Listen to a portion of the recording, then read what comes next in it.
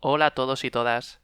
Os doy la bienvenida a esta píldora formativa en la que hablaremos del papel que tiene el subjuntivo en la enseñanza y aprendizaje de español para extranjeros en los niveles más avanzados, es decir, en C1 y C2. Todos sabemos que la diferencia entre los modos indicativo y subjuntivo es una de las mayores dificultades en el estudio de español para extranjeros, tanto para el alumnado como para el profesorado. En los niveles B1 y B2, esta problemática suele solucionarse con explicaciones basadas en las palabras y estructuras que requieren un verbo en subjuntivo. Sin embargo, al alcanzar los niveles C1 y C2 y descubrir los matices de la lengua, dichas explicaciones resultan insuficientes. Así pues, esta píldora formativa tiene como objetivo servir de ayuda y apoyo para acercarnos al aprendizaje y la enseñanza del subjuntivo en los niveles más avanzados. A lo largo de esta presentación hablaremos primero de las lecciones previas, es decir, con qué ideas referidas al subjuntivo se llega a C1 y C2, qué es lo que se ha aprendido en B1 y B2 con respecto al subjuntivo. A continuación trataremos esas sorpresas que podemos llevarnos en los niveles C1 y C2 cuando estudiamos la diferencia entre el indicativo y el subjuntivo. Y por último descubriremos que todo esto nos lleva a otra forma de ver el subjuntivo, a otra manera de interpretar la diferencia entre indicativo y subjuntivo. Vamos a empezar recordando lo que se suele aprender sobre el subjuntivo en los niveles intermedios, en B1 y B2. Por ejemplo, algo que les resultará muy familiar tanto a profesores como a alumnos de español para extranjeros es el grupo de los verbos de sentimiento, como es el caso del verbo sentir. Observemos, por ejemplo, la siguiente frase. Siento que no pudieras acompañarnos, te habría encantado.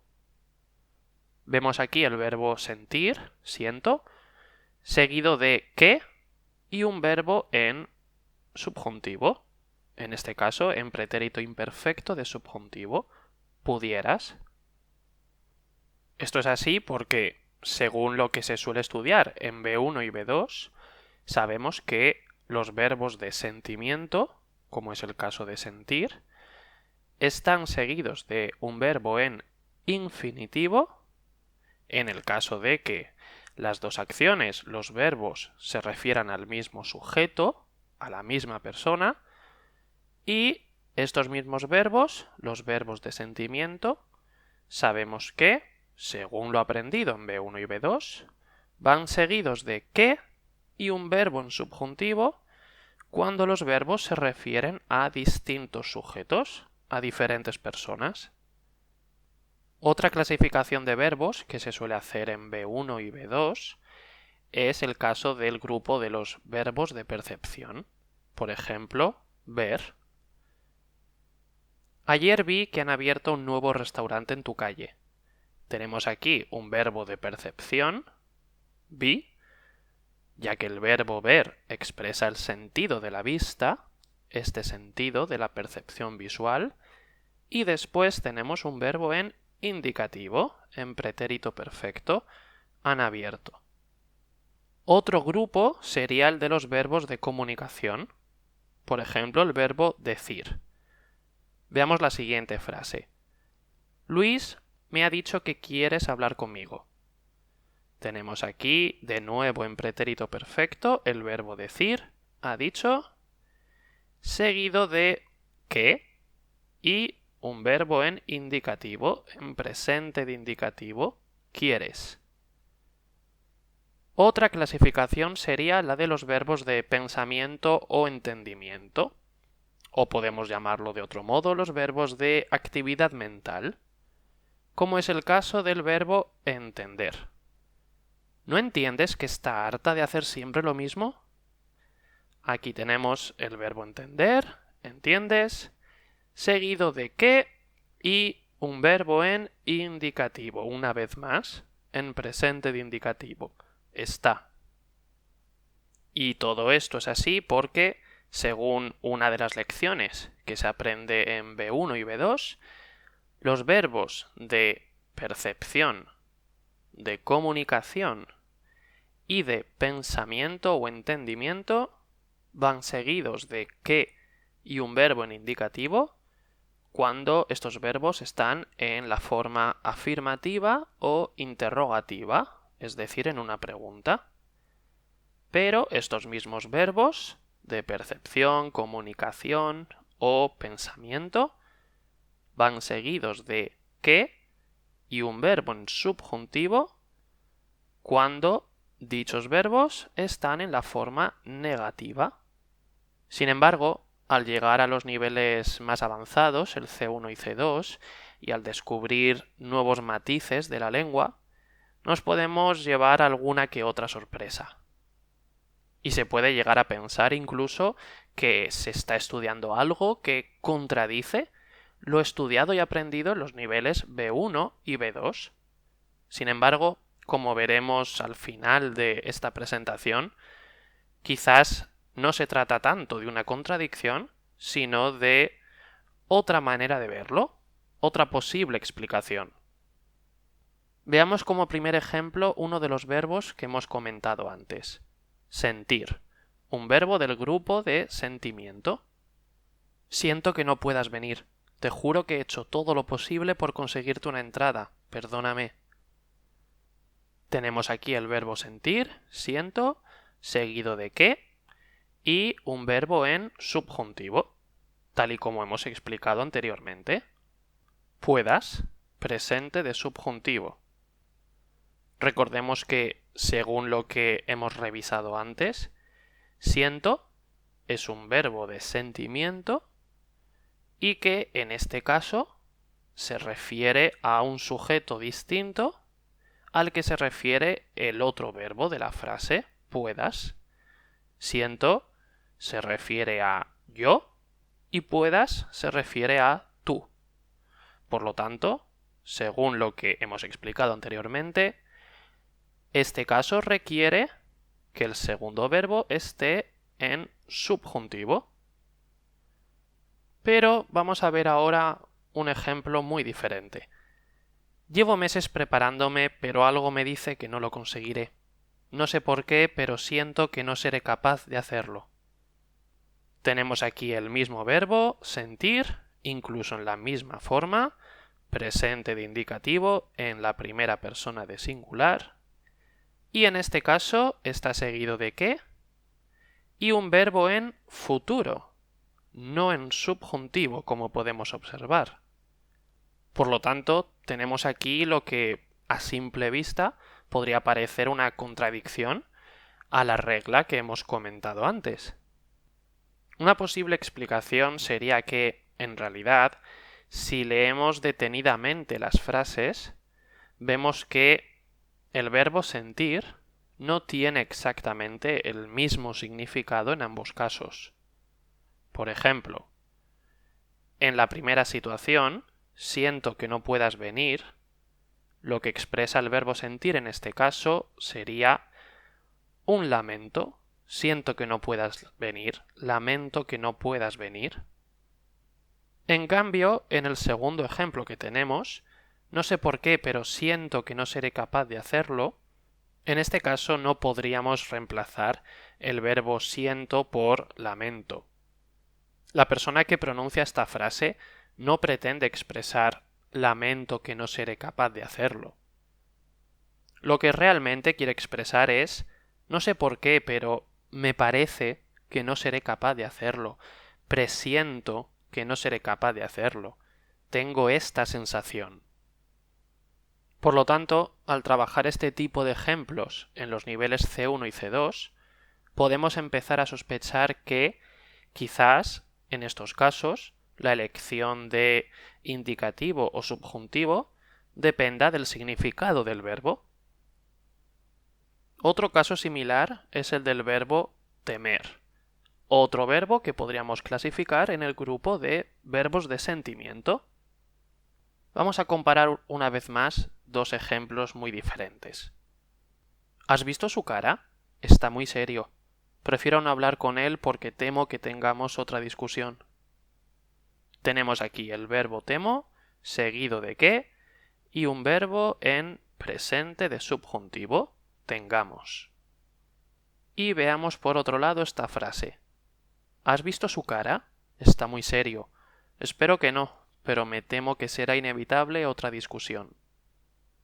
Tenemos aquí el mismo verbo de sentimiento, temo, seguido también de qué, pero esta vez tiene después un verbo en futuro, será, no un verbo en subjuntivo. Esta diferencia podría quizás explicarse una vez más mediante una diferencia de significados. Pues la verdad es que sí, porque en el caso del primer ejemplo podríamos sustituir el verbo temo por me asusta que tengamos otra discusión, tengo miedo a que tengamos otra discusión.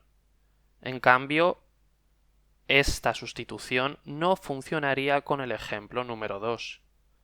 En este caso, en el segundo ejemplo, al igual que ocurría con el verbo siento, lo que quiere expresar esta persona es me parece que será inevitable otra discusión, sospecho que será inevitable otra discusión, tengo esta sensación. Además, si nos fijamos bien en el verbo del segundo ejemplo, vemos que hay otra pequeña diferencia, y es que en el caso de que el verbo temo exprese me parece, sospecho, imagino, no solo va seguido de un verbo en indicativo, sino que además va acompañado primero del pronombre me. Pues bien, ya hemos visto ejemplos de los verbos temer y sentir que aparentemente contradicen la regla general de los verbos de sentimiento que se suele estudiar en B1 y B2. Pues vamos a ver ahora un ejemplo de otro de los grupos que hemos mencionado al principio de esta presentación. Un verbo de percepción, como es el caso de ver. Anoche, cuando estaba entrando en la discoteca, no vio que había un escalón y se cayó. Tenemos aquí el verbo de percepción vio, seguido de qué, y después un verbo en indicativo, había. Porque recordemos que, según lo que hemos explicado anteriormente, cuando los verbos de percepción están en la forma afirmativa, van seguidos de un verbo en indicativo, en este caso en pretérito imperfecto de indicativo. Pero entonces, ¿cómo explicaríamos el siguiente ejemplo? He intentado explicarle por qué has hecho eso, pero ella no ve que tengas motivos realmente. Vemos aquí una vez más el verbo ver, pero esta vez seguido de que y un verbo en subjuntivo, presente de subjuntivo, tengas. ¿Hay algún cambio de significado en este caso? ¿El verbo ver expresa exactamente lo mismo en ambos ejemplos? En el caso del segundo ejemplo, el verbo ver sigue expresando la percepción, se sigue refiriendo al sentido de la vista. Vamos a intentar sustituir los verbos por sinónimos o por estructuras que expresen más o menos lo que se pretende en cada frase. En el primer ejemplo, podríamos reemplazar vio por visualizó, aunque no sería lógicamente la opción más natural. Quizás podríamos decir no se dio cuenta de que había un escalón, no lo visualizó. Es decir, en el primer ejemplo, el verbo vio sí hace referencia a su significado principal, es decir, el del sentido de la vista, el de la percepción. En cambio, como podemos empezar a sospechar, en el segundo ejemplo, el verbo ver no expresa realmente el sentido de la vista, lo que hacemos con los ojos. ¿Qué verbos podríamos usar para reemplazar aquí ver? Ella no ve que tengas motivos realmente. Ella no cree que tengas motivos. Ella no considera que tengas motivos. En otras palabras, aquí el verbo ver no expresa una percepción visual, sino una opinión. Pasemos ahora a un ejemplo de verbo de comunicación. El verbo decir. Cuando le pregunté el motivo, me dijo que lo hacía por su propio bien.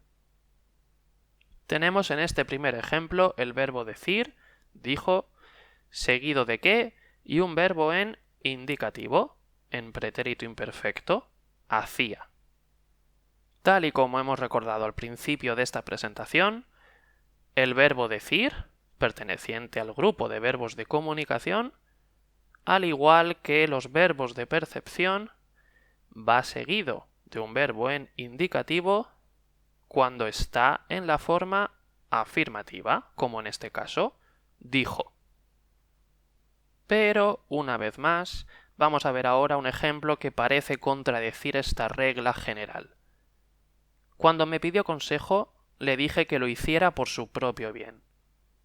Vemos que en este caso, el verbo decir también va seguido de qué, pero después tiene un verbo en pretérito imperfecto de subjuntivo, no de indicativo.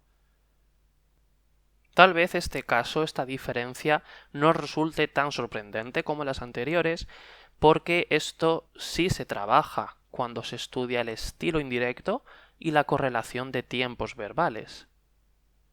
Pero aún así vamos a intentar aplicar aquí también la misma explicación que hemos empleado en los casos anteriores. Es decir, los distintos significados. ¿Qué verbos podríamos usar para reemplazar dijo en el caso del primer ejemplo? Tal vez contó, me contó que lo hacía por su propio bien, o me explicó que lo hacía por su propio bien. En cambio, en el segundo ejemplo, quizás podríamos emplear verbos que se acercarían más al verdadero significado que tiene el verbo decir en este caso. Por ejemplo, podríamos reemplazarlo por indiqué, le indiqué que lo hiciera por su propio bien, le recomendé que lo hiciera por su propio bien, le pedí que lo hiciera por su propio bien. Vemos que aquí los verbos que se aproximan más al significado que tiene decir en esta situación son verbos de influencia, no verbos de comunicación exactamente. Son verbos que pretenden influir en la conducta de otra persona. Y ocurre prácticamente lo mismo con otro verbo de comunicación, advertir. Veamos un primer ejemplo. Ya le habían advertido de que era peligroso, pero aún así se arriesgó. Vemos aquí una vez más que el verbo de comunicación, advertir, va seguido de qué y un verbo en indicativo, en este caso en pretérito imperfecto de indicativo, era porque el verbo de comunicación está en la forma afirmativa. Sin embargo, al igual que ocurre con el verbo decir, advertir también puede ir seguido de un verbo en subjuntivo. Le advertí que no invirtiera en ese negocio si no quería perder dinero. Vemos aquí que el verbo advertí va seguido también de qué, pero después encontramos un verbo en pretérito imperfecto de subjuntivo, invirtiera. Y aquí la diferencia de significado es muy parecida a la de los ejemplos del verbo decir. Ya le habían advertido de que era peligroso. Ya le habían informado de que era peligroso. Ya se lo habían explicado. Ya se lo habían comunicado. Ese es el sentido del verbo advertir en el primer caso. En cambio, en el segundo, podríamos sustituir el verbo advertir por aconsejar. Le aconsejé que no invirtiera en ese negocio. Le indiqué esto. Le amenacé con que no invirtiera en ese negocio si no quería perder dinero. Son opciones que, en este caso, en el caso de la situación número 2, se acercan mucho más al significado de advertir que informar, explicar o comunicar. Y por último, vamos a ver un ejemplo del grupo de verbos de pensamiento o entendimiento. Comprender, o su sinónimo, entender. Después de escuchar su explicación, comprendí que yo estaba equivocada. Tenemos aquí el verbo de entendimiento comprendí, seguido de que, y un verbo en pretérito imperfecto de indicativo, lo que cumple una vez más la regla general de que los verbos de pensamiento o entendimiento, al igual que los verbos de comunicación y los verbos de percepción, van seguidos de un verbo en indicativo cuando están en la forma afirmativa. Pero, una vez más, veamos un ejemplo que incumple esta regla. Después de escuchar tu explicación, comprendí que estuvieras enfadada conmigo. Tenemos aquí el mismo verbo, comprendí, seguido esta vez de un verbo en pretérito imperfecto de subjuntivo, no de indicativo. ¿Y cómo cambia el significado del verbo comprender en este caso? Pues bien, en el primer ejemplo, comprendí, hace referencia únicamente al proceso mental a través del cual llegamos a una conclusión. Comprendí que yo estaba equivocada. Fui consciente de ello. Llegué a esta conclusión. En cambio, en el segundo ejemplo, el verbo comprendí no expresa únicamente el entendimiento de una información. Expresa además empatía. Comprendí que estuvieras enfadada conmigo. Me pareció lógico, me pareció razonable, me pareció comprensible.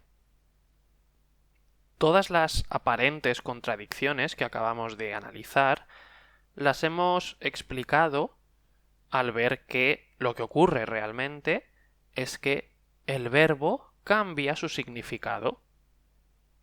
Pero, ¿y si pudiéramos explicar todos esos casos con una única explicación? Recuperemos todos los ejemplos que hemos comentado. Empecemos por el verbo sentir y los dos ejemplos que hemos analizado anteriormente. Y vamos a aislar las frases que nos interesan, las frases afectadas por la problemática de indicativo o subjuntivo. En el primer caso, por ejemplo, nos interesa únicamente la frase siento que no puedas venir. Y en el segundo, siento que no seré capaz de hacerlo. Como ya hemos explicado antes, lo que se está expresando en la primera frase es lamento que no puedas venir. Lamento el hecho de que no puedas venir. En cambio, en el segundo ejemplo, el verbo sentir no tiene la función de lamentar. Aquí empleo el verbo siento para comunicar mi sensación, mis presentimientos, y esto que comunico es una nueva información para mi interlocutor. Le estoy comunicando que tengo la impresión, tengo la sensación de que no seré capaz de hacerlo. En cambio, en el primer ejemplo, no le estoy aportando ninguna información nueva, simplemente estoy lamentando el hecho de que no puedas venir. Estoy lamentando algo que tú ya sabes. Pues bien, vamos a seguir esta misma línea para explicar todos los otros ejemplos. El verbo temer, recuperamos una vez más los ejemplos que hemos visto anteriormente y aislamos de nuevo las partes que nos interesan. Me temo que será inevitable otra discusión. Temo que tengamos otra discusión. En el caso de estas dos frases, ¿dónde se está transmitiendo nueva información a mi interlocutor? En el primer caso, me temo que será inevitable otra discusión, estoy comunicando mi sensación, mi sospecha, mi impresión. Por el contrario, en la segunda frase, estoy transmitiendo mi miedo, mi temor, a que tengamos otra discusión, a que se repita una situación. En esta segunda frase no estoy transmitiendo ninguna información nueva. En todo caso, lo que podría ser una nueva información para mi interlocutor sería toda la frase en su conjunto, el hecho de que yo tengo un miedo y tengo un temor. En cambio, en la primera frase, sí estoy transmitiendo a mi interlocutor una información nueva. Le estoy comunicando cuál es mi impresión, cuál es mi sensación. Le estoy comunicando que yo pienso que será inevitable otra discusión. Veamos ahora qué ocurre con ver, un verbo de percepción. Y las frases que nos interesan en este caso son específicamente no vio que había un escalón y no ve que tengas motivos realmente. ¿En qué frase se está expresando nueva información? Había un escalón es un dato, una realidad, un hecho que se está transmitiendo en la primera frase.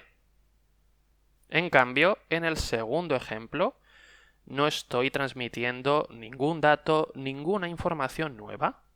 Simplemente, en la segunda frase, se explica la opinión de otra persona acerca de tu conducta. Y tu conducta, evidentemente, es algo conocido. Tu conducta no puede ser una información nueva para ti. Recuperemos ahora los ejemplos que hemos analizado antes en el caso del verbo decir, un verbo de comunicación, y vamos a centrarnos otra vez en estas dos frases. Le dije que lo hiciera por su propio bien. Me dijo que lo hacía por su propio bien. ¿Y dónde se transmite nueva información? ¿En qué frase? Si hacemos memoria, recordaremos que antes, en el primer ejemplo, hemos sustituido el verbo dije por le pedí que lo hiciera por su propio bien, le recomendé, le indiqué, verbos de influencia. Y, lógicamente, solo podemos expresar consejos, recomendaciones o indicar qué hacer únicamente con relación a hechos conocidos.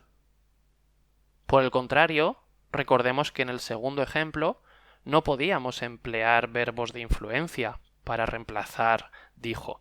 En este caso, solo podríamos recurrir a otros verbos de comunicación similares como me explicó que lo hacía por su propio bien, me contó que lo hacía por su propio bien, porque en este caso sí se está transmitiendo una nueva información, se está explicando el motivo de por qué lo hizo.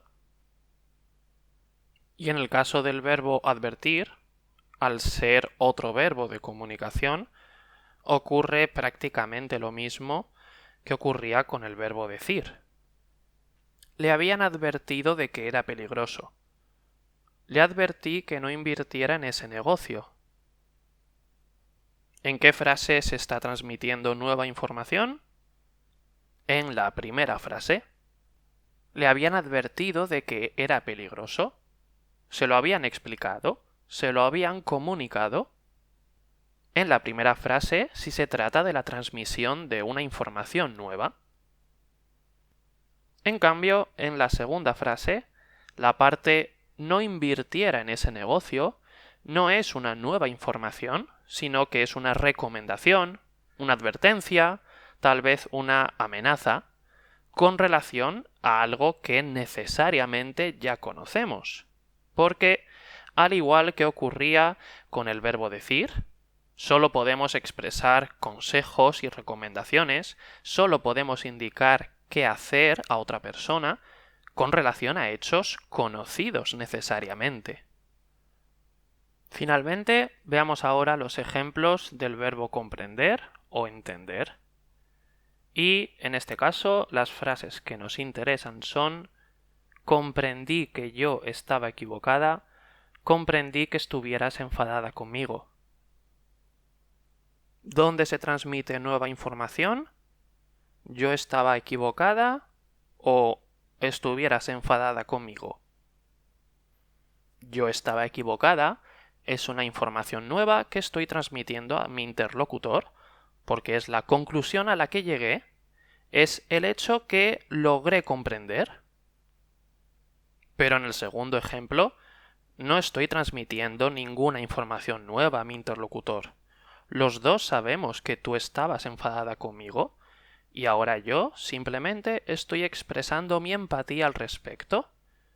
Y lógicamente, solo puedo expresar empatía con relación a hechos conocidos. ¿Y a dónde nos lleva todo esto?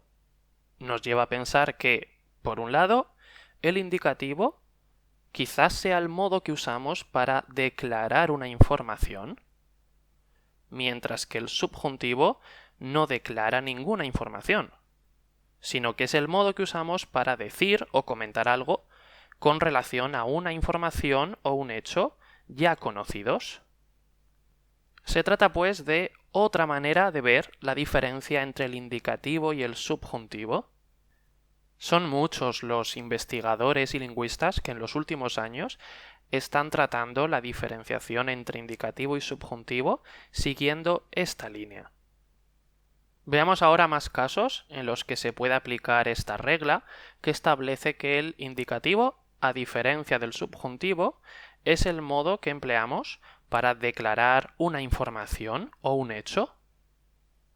Por ejemplo, me ha explicado que ha llegado tarde porque ha perdido el autobús. ¿Ha perdido el autobús? Eso explica que haya llegado tarde. En el primer caso, estoy expresando que una persona me ha explicado que ha llegado tarde y por qué, su motivo. Esto es nueva información que yo recibo. En cambio, en el segundo ejemplo, se comenta el motivo, la razón de un hecho que ya se conocía.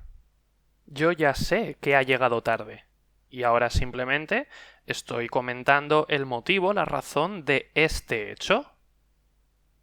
Otro buen ejemplo sería el siguiente. Lo que nos preocupa de Cristina es que no escribe. Lo que nos preocupa de Cristina es que no escriba. En la primera frase, con escribe, con el verbo en presente de indicativo, estoy explicando algo que tú todavía no sabías. Te estoy explicando que Cristina no escribe y además este hecho nos preocupa. Por el contrario, en el segundo ejemplo, el hecho de que Cristina no escriba es algo que tú ya sabías. Aquí no te estoy aportando ninguna información nueva. Simplemente estoy comentando que este hecho, que tú ya conocías, nos preocupa. Y por último, veamos ahora el siguiente ejemplo. No se va porque no quiere. No se va porque no quiera, sino porque no tiene dinero para el bus. En la primera frase, estoy explicando el motivo de que no se vaya, y por lo tanto, al explicar este motivo, esta razón, estoy transmitiendo una información nueva. En cambio, en la segunda frase, no estoy transmitiendo el motivo, la razón, sino que estoy corrigiendo un falso motivo, una razón errónea, incorrecta. Y, lógicamente, para corregir una información, necesito haberla escuchado antes. No puedo corregir una información nueva para mí. Por lo que en este caso, una vez más, el indicativo es el modo que declara, transmite una información, un hecho.